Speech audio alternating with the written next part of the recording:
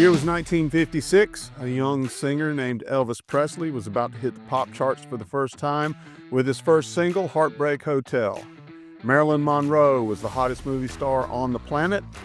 President Dwight Eisenhower had just signed the Federal Highway Act of 1956, a move that created the interstate highway system we all know. And the Kenworth Motor Company was creating a brand new Class 8 tractor that would soon see every mile of the infantile interstate highway system, and that truck was the iconic W900 model. And next year, Kenworth has announced that iconic American truck will take its final bow. Production of the W900 will end next year in 2026. Hi everybody, I'm Jack Roberts. I'm welcoming you to another edition of Off Duty Driver. This is the Professional Truck Drivers video channel for news, information, views, tips, all kinds of stuff.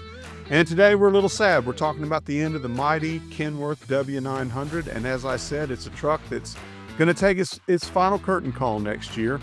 And when it does, that will mark the end of an incredible 70-year production run and a truck that is arguably the most recognizable American truck of all times will enter into the history books. Like I said, Kenworth made the announcement last month, and it's not the only conventional old school model the OEM is putting out to pasture. Production of the T800 vocational workhorse will also end. This is a truck that you see hauling space shuttles around and stuff like that. It's just a crazy powerful vocational truck. And then there's the C500, a much rarer truck that is pretty much to this day hand-built. And you really see it in just all kinds of crazy, severe off-highway applications, doing all kinds of crazy work out, where Bigfoot roams and stuff. So, and I mean, that makes sense because Washington is where Kenworth was born. So, but the W900 is the truck departure that is going to capture all the headlines, and I think there'll be a lot of news and nostalgia surrounding this event when it happens.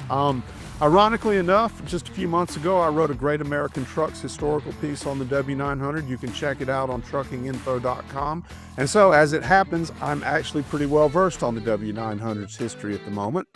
And I think one of the reasons why this truck is going to be missed so much is because it is literally a star. It was the snowman's ride in Smokey and the Bandit hauling a load of bootleg Coors over to them boys in Atlanta who were thirsty. It did a turn on Claude Rains' TV series Moving On in the early 70s.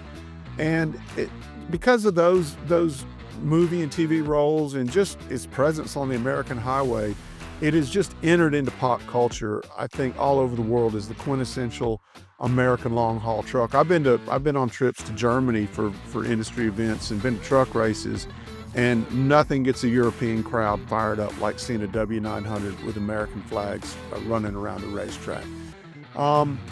There's a little bit of irony in play here because the W900 is widely celebrated as a classic truck design today, and it's easy to see why.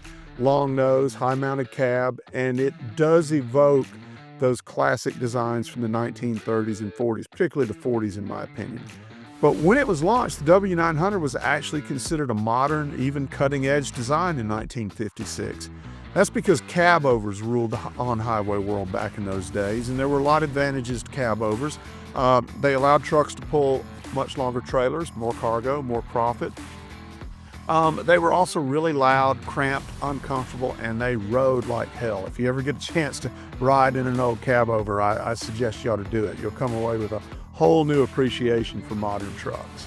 But in 1956, like we said, the highway network in the United States was growing really fast. The roads were not just getting longer, smoother, they were just getting better, more dependable. Paving roads was happening, which was a big deal at the time. And all of this meant that trucks were going out on longer and longer routes, and drivers were having to stay out on the road for longer periods of time. And so Kenworth recognized early on that drivers needed trucks with more comfort features, more interior space. They needed better living accommodations on the road, and drivers needed trucks that rode and handled better at higher speeds on highways on long distance hauls. And the W900 checked all those boxes, plus it just looked cool as hell, which is important. There are some automotive designs that are just instant classics. You got the 1933 Ford Coupe, the 55 Thunderbird, the 57 Chevy Bel Air, My personal favorite, the 63 Corvette Stingray. You got the 64.5 Ford Mustang. Another personal favorite of mine is the 77 Pontiac Trans Am, as long as we're talking about Smokey and the Bandit. And those are just to name a few. And yes, the Kenworth W900 definitely belongs on that list. It is just a knockout design. It's a commanding looking truck. Great lines, a design that just exudes a bold, robust, broad-shouldered, no-nonsense stance and point of view.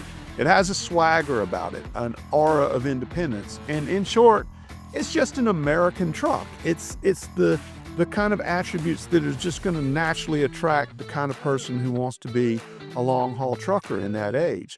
And it is a design that untold thousands of truckers and wannabe truckers have fallen in love with at first sight over the past 7 decades.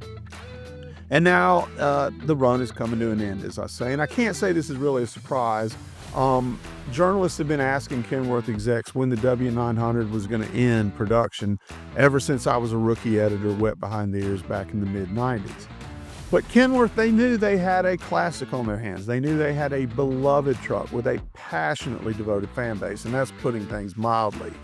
And so instead of ending the production, they have updated the truck continuously over the years.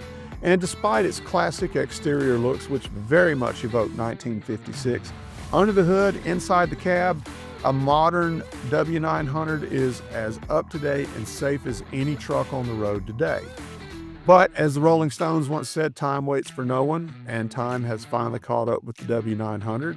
In an official statement in March, Kenworth announced the end of the production run, said it was due to evolving emissions regulations and component constraints. The trucking industry is moving forward with new, more efficient, and better integrated technologies and products, according to Kenworth. In a statement, Kenworth Assistant General Manager Kevin Haygood said, "We know these legacy Kenworth models are an integral part of our history here at Kenworth, which makes this decision a difficult but necessary one as we move into the next era of trucking." And there you have it. I've been fortunate enough to drive W900 several times over the course of my career. It has absolutely been a delight every single time I got to do so. There's just nothing like the feeling you get sitting up high in that cab, which is wide but surprisingly narrow and snug when you're sitting up in there, and then looking out over that long, long nose at the highway stretching out in front of you. I mean, it's just an incredible feeling. People who've never driven a Class 8 truck, much climbed up into one of the cabs, often ask me what it's like to drive something that big. I'm sure you guys get that kind of question all the time. And you know what I tell them is that most modern trucks really don't drive a whole lot differently than a big SUV. And by that I mean, you know, the seating, the instrument layouts, very much like something you'd find in a passenger car today. That's by design. But when you're in a W900, it's a completely different feel, a completely different attitude. You really feel like, hey, I'm driving a truck. Not just a truck, a big rig, a classic big rig at that. And like I said, there's just nothing else like that feeling. So final call for W900 orders goes out later this year. We don't have a precise date for that yet. So if you want one, you better move fast, because I predict they will go fast. So what do you think about Kenworth ending the W900 production? Let me know in the comments below. And in the meantime, I'm Jack Roberts here at Off Duty Driver, telling you to hold them in the road.